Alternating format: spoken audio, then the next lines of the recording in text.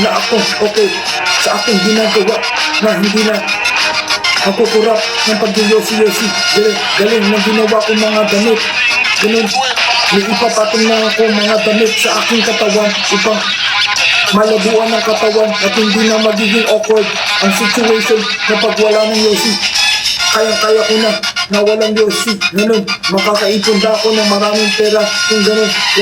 Kasi mag-yosi pa rin ako pero hindi ko na kailangan maghanap ng yosi pag walang yosi.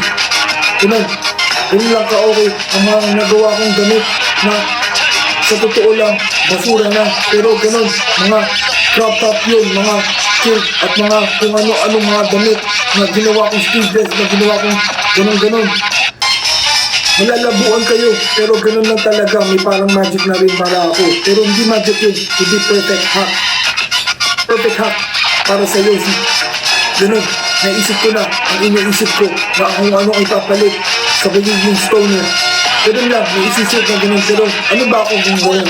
Diba parang futuristic? Ganun parang futuristic ang pagkakasuot ng mga damit na ginawa ko. Na ganun naman talaga yung ginawa ko upang magawa yung mga damit na yun upang mapag-aralan ko pang magbibihis na futuristic. Kapag dito lang naman sa bahay, pero meron akong 3 piraso na hindi ko naman talaga inayos, hindi pwede pang alis. Ganun, wala naman talaga ang problema na hindi mag-yesis sa labas. Pero ganun, okay na to yung ginagawa ko dito sa bahay.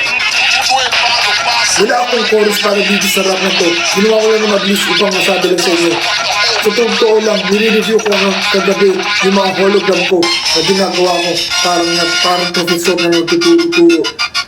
Ganun, nagagawa akong maturuan ng mga siraulo kong mga solusyon sa mundo at mga pananaw sa mundo. Nagagawa nila akong maayos upang malaman kung anong gagawin sa mga sitwasyon. Ganun, marami kong mga natutunan sa sarili ko at ganito lang din yung pakinabang itong hologram na rap nito. Upang ako ay masyadong matuto kung anong mga sinasabi ko at upang malaman kung anong dapat gawin sa mga panahon ng pagbabago sa ilang harap. Pero wala naman ako masyadong sasabihin ngayon. Ngunit nasabi ko na siguro lahat.